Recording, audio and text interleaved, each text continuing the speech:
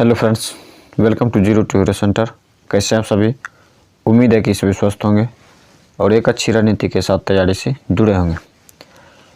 तो आज का ये बायोलॉजी का चौथा लेक्चर है। इससे पहले हम बायोलॉजी के 3 लेक्चर पढ़ चुके हैं। उससे भी पहले हम फिजिक्स का पूरा टॉपिक को क्लियर कर चुके हैं। तो आप सब अगर पिछला वीडियो नहीं देखे हैं तो उन्हें भी देख लें, ताकि आपको एग्ज़ाम में अधिक से अधिक लाभ मिल सके। तो हम लोग बिना समय गंवाए चलते हैं अपने आज के लेक्चर की ओर। आज का लेक्चर जो है जनन टॉपिक पे है, रिप्रोडक्शन। तो फ्रेंड्स, आज पढ़ेंगे कि जनन क्या होता है, कैसे होता है, जनन में क्या क्या सब आते हैं। तो देखिए, जनन क्या होता है। जीव जिस प्रक्रम द्वारा अपनी संख्या में वृद्धि करते हैं उसे जनन कहते हैं। ठीक है फ्रेंड्स, तो आज के सेशन के देखते हैं कि पहला क्वेश्चन क्या है। आज के सेशन का पहला क्वेश्चन है, पुष्पी पादपों में लैंगिक जनन होता है। तो बताएंगे पत्तियों द्वारा, फूलों द्वारा, तनों द्वारा, कोई नहीं। तो पुष्पी पादपों में लैंगिक जनन जो होता है वो होता है फूलों द्वारा। किसमें होता है? फूलों द्वारा। पुष्पी पादपों में लैंगिक जनन फूलों द्वारा होता है। अगला है, मानव मादा जनन के तंत्र का भाग नहीं है। मानव मादा के जनन तंत्र का भाग नहीं है। अंडाशय, गर्भाशय, शुक्रवाहिका, डिंबवाहिनी। देखिए, मानव मादा जनन तंत्र का जो भाग नहीं है वो क्या है? शुक्रवाहिका। ऑप्शन सी, शुक्रवाहिका। ठीक है फ्रेंड्स। अगला है, नर युग्मक एवं मादा युग्मक के संलग्न को कहते हैं। नर युग्मक एवं मादा युग्मक के संलग्न को कहते हैं किण्वन, बौनापन, मधुमेह, कोई नहीं। तो इसका सही जवाब हो जाएगा ऑप्शन बी, बौनापन। अगला है, निम्नलिखित में से कौन एक लिंगी पादप का उदाहरण है? सरसों, गुड़हल, पपीता, मटर। इसमें कहता है एक लिंगी पादप का उदाहरण कौन सा है? तो इसमें एक लिंगी पादप का जो उदाहरण है वो क्या है? पपीता। ऑप्शन सी, पपीता क्या है? एक लिंगी है। अगला है, मुकुलन द्वारा प्रजनन किसमें होता है? अमीबा में, ईस्ट में, मलेरिया में, पैरामीशियम में। तो मुकुलन द्वारा प्रजनन जो होता है वो किसमें होता है? ईस्ट में होता है। ईस्ट में मुकुलन द्वारा प्रजनन होता है। अगला है, फूलों में नर प्रजनन अंग होता है। पुंकेसर, अंडप और क्या है? वर्तिकाग्र, वर्तिका। देखिए फ्रेंड्स, फूलों में नर प्रजनन अंग जो होता है वो क्या होता है? पुंकेसर होता है। फूलों में नर प्रजनन अंग क्या होता है? पुंकेसर होता है। अगला है, द्विखंडन होता है अमीबा में, पैरामीशियम में, लीशमैनिया में, या कोई नहीं। तो द्विखंडन जो होता है वो क्या होता है? अमीबा में होता है। ऑप्शन ए, अमीबा में होता है। द्विखंडन अमीबा में होता है। अगला है, निम्न में से किस जीव में बहुविखंडन होता है? अमीबा में, हाइड्रा में, मलेरिया परजीवी में, ईस्ट में। देखिए, बहुविखंडन जो होता है वो किस में होता है? अमीबा में। किस में होता है? अमीबा में। लेकिन इससे पहले जो क्वेश्चन था वो क्या? द्विविखंडन। द्विविखंडन जो होता है वो द्विविखंडन, तो वो भी किस में होता है? अमीबा में होता है। बहुविखंडन किस में होता है? अमीबा में होता है। तो ब्रायोफाइलम के कौन से भाग में कायम प्रवर्धन होता है? पत्तियों में, जड़ में, तना में, फूल में। देखिए, ब्रायोफाइलम के कौन से भाग में कायम प्रवर्धन होता है? वो क्या होता है? पत्तियों में। पत्तियों में होता है कायम प्रवर्धन। अगला है, मानव मादा में निषेचन होता है। गर्भाशय में, अंडाशय में, योनि में, फैलोपियन नलिका में। तो मानव मादा में जो निषेचन होता है वो किस में होता है? फैलोपियन नलिका में होता है। ऑप्शन डी, मानव मादा में निषेचन जो होता है वो किस में होता है? फैलोपियन नलिका में। अगला है, तने द्वारा कायिक प्रवर्धन होता है।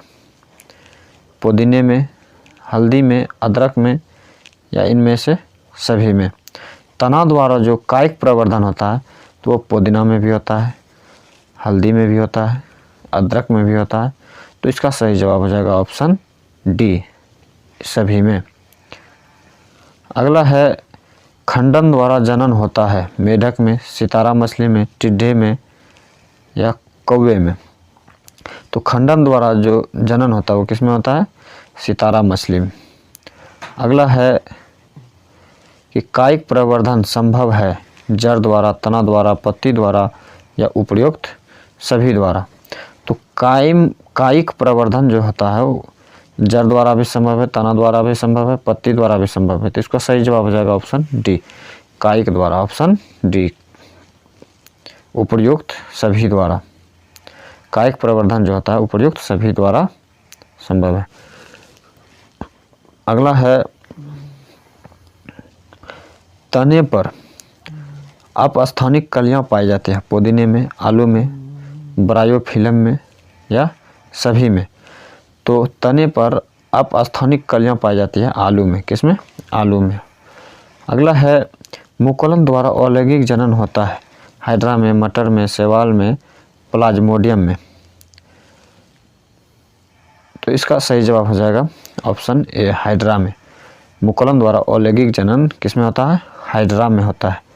अगला है अलैंगिक जनन मुकुलन द्वारा होता है अमीबा में, ईस्ट में, प्लाज्मोडियम में, लेशमोनिया में। तो अलैंगिक जनन मुकुलन द्वारा होता है, किसमें होता है? ईस्ट में होता है। किसमें होता है? ईस्ट में होता है। अगला है निम्न में से कौन मानव में मादा जनन तंत्र का भाग नहीं है? तो अंडाशय, गर्भाशय, शुक्रवाहिका, डिंब वाहिनी। तो इसका सही जवाब हो जाएगा शुक्रवाहिका। अगला है पराग कोश में होते हैं बाह्य दल, अंडाशय, अंडप या परागकण। तो परागकोश में जो होते हैं वो क्या होते हैं? परागकण होते हैं, ऑप्शन डी। परागकोश में क्या होता है? परागकण होते हैं। अगला है कि गतिशील जनन कोशिका को नर युग्मक तथा जिस जनन कोशिका में भोजन का भंडार संचित होता है उसे क्या कहते हैं? देखिए, जननांग, उभयलिंगी, परागकण, मादा युग्मक। देखिए क्वेश्चन क्या कहता है? कहता है गतिशील जनन कोशिका को नर युग्मक तथा जिस जनन कोशिका में भोजन का भंडार संचित होता है उसे क्या कहते हैं? तो इसका सही जवाब हो जाएगा ऑप्शन डी, मादा युग्मक। क्या कहते हैं? मादा युग्मक।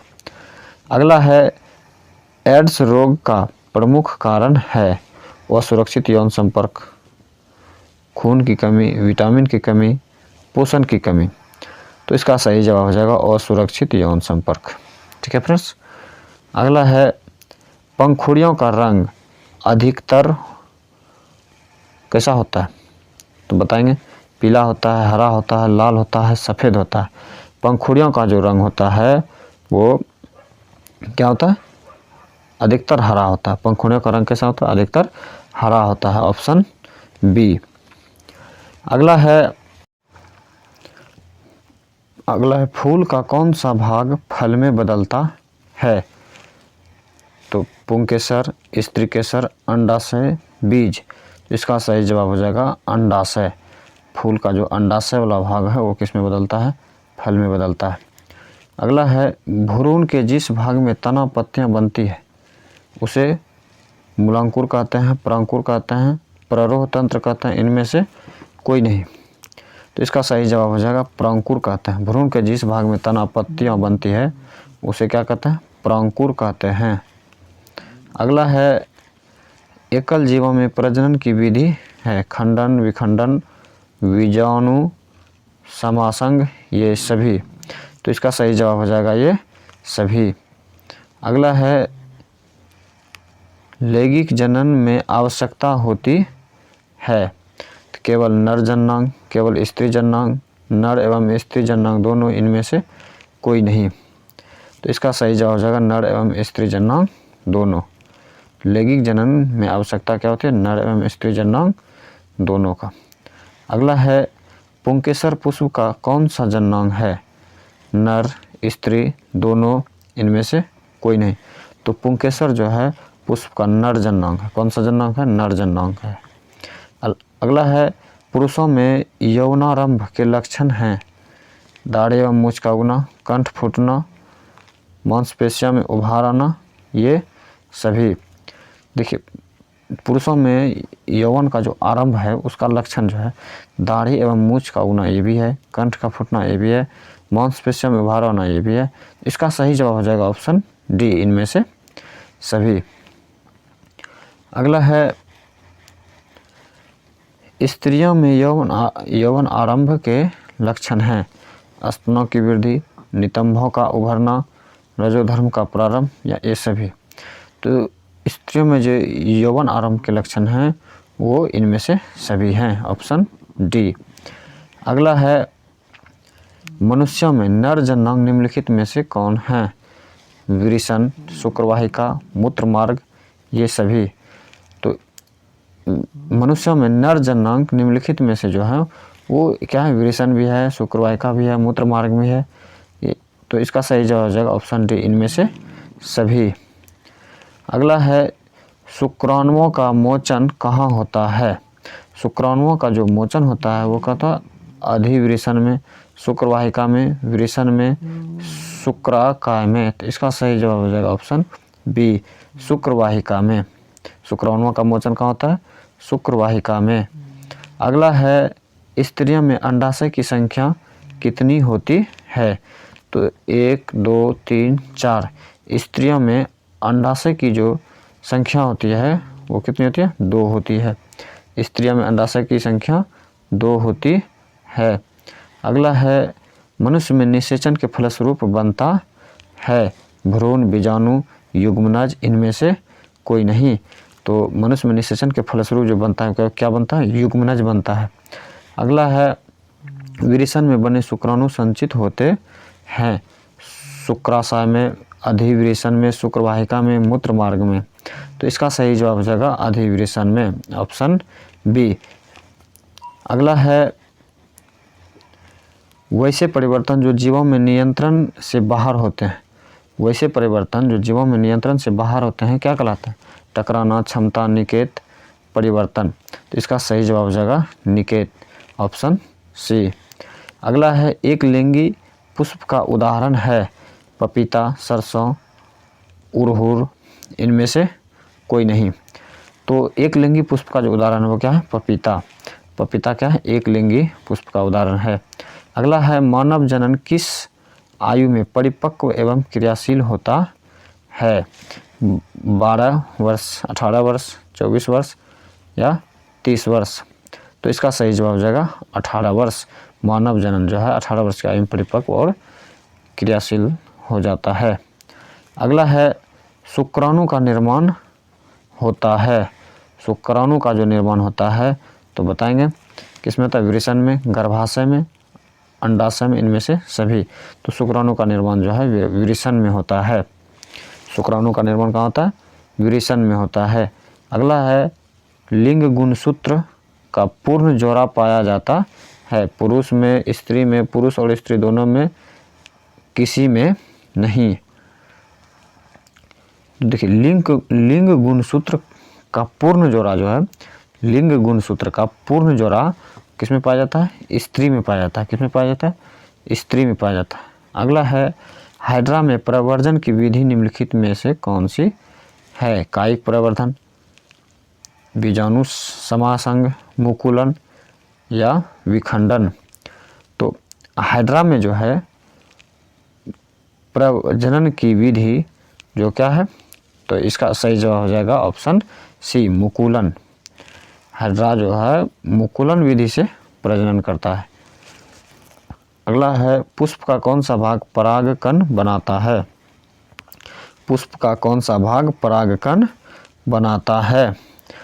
बाह्य दल, पंखुड़ी, पुंकेसर, स्त्री केसर। तो इसका सही जवाब हो जाएगा ऑप्शन सी, स्त्री केसर। अगला है गन्ना, गुलाब एवं अंगूर की कृषि में किस जनन विधि का उपयोग किया जाता है? गन्ना, गुलाब एवं अंगूर के कृषि में किस जनन विधि का उपयोग किया जाता है? मुकुलन विधि का, कायिक विधि का, खंडन विधि का, या विखंडन विधि का। तो इसका सही जवाब हो जाएगा कायिक विधि का। क्या हो जाएगा? कायिक विधि का। अगला है मादा जनन तंत्र में दोनों अंडवाहिकाएं संयुक्त होकर एक लचीली थैलीनुमा संरचना का निर्माण करता है, जिसे कहते हैं ग्रीवा, योनि, गर्भाशय या इनमें से कोई नहीं। तो इसका सही जवाब हो जाएगा गर्भाशय, ऑप्शन सी। ठीक है। अगला है माँ के रुधिर से पोषण मिलता है। माँ के रुधिर से पोषण मिलता है। पहला ऑप्शन है भ्रूण को, गर्भाशय को, ग्रीवा को, शुक्राणु को। माँ के रुधिर से जो पोषण मिलता है वो किसको मिलता है? भ्रूण को। किसको मिलता है? भ्रूण को। अगला है मानव मादा में गर्भकाल का समय होता है 9 माह, 10 माह, 12 माह, 8 माह। तो मानव मादा में गर्भकाल का जो समय होता है वो कितना होता है? 9 माह का होता है। अगला है ऋतुस्राव या रजोधर्म का समय होता है 2 से 8 दिन, 3 से 9 दिन, 4 से 10 दिन, 5 से 11 दिन। तो इसका सही जवाब हो जाएगा ऑप्शन ए, 2 से 8 दिन। क्या हो जाएगा? 2 से 8 दिन। अगला है निषेचन क्रिया के पश्चात युग्मनज में क्या बनता है? निषेचन क्रिया के पश्चात युग्मनज में जो बनता है क्या बनता है? बीज बनता है, भ्रूण बनता है, आगे क्या है? खून का थक्का, इनमें से सभी। तो निषेचन क्रिया के पश्चात जो युग्मनज में बनता है तो वो क्या बनता है? भ्रूण। ठीक है फ्रेंड्स। अगला है वह प्रक्रम जिसके द्वारा जीव अपने जैसी संतानों की उत्पत्ति करता है कहलाता है जनन, डायाफ्राम, निषेचन या भ्रूण। तो इसका सही जवाब हो जाएगा ऑप्शन ए, जनन। अगला है जनन कितने प्रकार का होता है? तो जनन जो है फ्रेंड्स कितने प्रकार के होते हैं? 2 प्रकार के होते हैं। जनन कितने प्रकार के होते हैं? 2 प्रकार के होते हैं। इनमें अलैंगिक जनन की विधि है, विखंडन, मुकुलन, बीजाणु जनन, इनमें से सभी। तो देखिए अलैंगिक जनन की विधि जो है विखंडन भी है, मुकुलन भी है और बीजाणु जनन भी है, या इनमें से सभी। इसका सही जवाब हो जाएगा इनमें से सभी। अगला है किस प्रकार के जनन में शरीर से कलिका निकलती है? कहता है किस प्रकार के जनन में जनक के शरीर से कलिका निकलती है? मुकुलन, विखंडन, अपखंडन या इनमें से कोई नहीं। तो इसका सही जवाब हो जाएगा मुकुलन। क्या हो जाएगा? मुकुलन, ऑप्शन ए। ठीक है फ्रेंड्स। अगला है परागकोश में पाए जाते हैं। तो क्या पाए जाते हैं? दलपुंज, बाह्य दल या परागकण या स्त्री केसर। तो इसका सही जवाब हो जाएगा परागकण। परागकोश में क्या पाए जाते हैं? परागकण। अगला है स्त्री केसर के आधारिया भाग को कहते हैं। तो क्या कहते हैं? वर्तिका, अंडाशय, वर्तिकाग्र, पुष्पासन। तो स्त्री केसर के आधारिया भाग को क्या कहते हैं? तो इसका सही जवाब हो जाएगा अंडाशय। स्त्री केसर के आधारिया भाग को क्या कहते हैं? अंडाशय। अगला है पुंकेसर के अग्र भाग को कहते हैं वर्तिका, परागकोश, वर्तिकान, पराग नली। तो इसका सही जवाब हो जाएगा परागकोश। पुंकेसर के अग्र भाग को क्या कहते हैं? परागकोश कहते हैं। अगला है निषेचन की क्रिया किस जीव में मुख्यतः होती है? अमीबा में, ईस्ट में, पुष्पी, पादप एवं जंतु में, इनमें से कोई नहीं।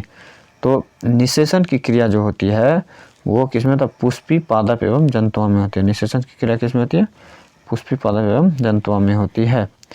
निषेचन के फलस्वरूप अंडाशय की दीवारें बनाती है फूल, फल, बीज या भ्रूण। तो इसका सही जवाब हो जाएगा फल। निषेचन के फलस्वरूप अंडाशय की दीवार क्या बनाते हैं? फल बनाते हैं। अगला है बीजांड की दीवारें मोटी होकर बनाती है। क्या बनाती है? फल, बीज, बीजावरण, भ्रूण। तो इसका सही जवाब हो जाएगा ऑप्शन सी, बीजावरण। बीजांड की दीवारें मोटी होकर क्या बनाती है? बीजावरण। अगला है, निम्नलिखित में कौन सा भाग केवल पुरुष जननांग में पाया जाता है? फैलोपियन नलिका, लेबिया माइनोरा, शुक्रवाहिका, परिपक्व पुटक। तो इसका सही जवाब हो जाएगा शुक्रवाहिका। तो केवल पुरुष जननांग में जो पाया जाता है वो क्या होता है? शुक्रवाहिका। अगला है, नर युग्मक तथा मादा युग्मक के संयोजन से बनता है जाइगोट, अंडाणु, शुक्राणु, वीर्य। तो कहता है नर युग्मक तथा मादा युग्मक के संयोजन से जो बनता है वो क्या बनता है? जाइगोट। क्या बनता है फ्रेंड्स? जाइगोट। अगला है, स्त्रियों के मासिक चक्र में एक परिपक्व अंडाणु किस दिन अंडाणु से बाहर निकलता है? 28वें दिन, 14वें दिन, 20वें दिन या 30वें दिन? देखिए फ्रेंड्स, किसमें कहता है स्त्रियों के मासिक चक्र में एक परिपक्व अंडाणु किस दिन अंडाशय से बाहर निकलता है? तो इसका सही जवाब हो जाएगा ऑप्शन बी, 14वें दिन। किस दिन? 14वें दिन। अगला है, निम्नलिखित में से कौन लैंगिक जनन संचारित रोग नहीं है? कहता है निम्नलिखित में से कौन लैंगिक जनन संचारित रोग नहीं है? AIDS, gonorrhoea, syphilis, typhoid. तो इसका सही जवाब हो जाएगा टाइफाइड। एड्स जो है लैंगिक जनन संचारित रोग है, गोनोरिया भी है और सिफिलिस भी है, लेकिन टाइफाइड जो है ये लैंगिक जनन संचारित रोग नहीं है। तो इसका ऑप्शन हो जाएगा टाइफाइड। तो ठीक है फ्रेंड्स, आज हम लोग इस जनन यानी कि रिप्रोडक्शन चैप्टर से कुल 60 प्रश्न को देखें। उम्मीद है कि इस प्रश्न से आपको एग्ज़ाम में काफ़ी मदद मिलेगी। इसको आप अगर अच्छे से तैयारी कर लेते हैं तो एग्ज़ाम में एक भी प्रश्न आपसे नहीं छूटेगा। तो अगर ये वीडियो आपको अच्छा लगा हो तो चैनल को सब्सक्राइब और वीडियो को लाइक एंड शेयर ज़रूर करें। धन्यवाद।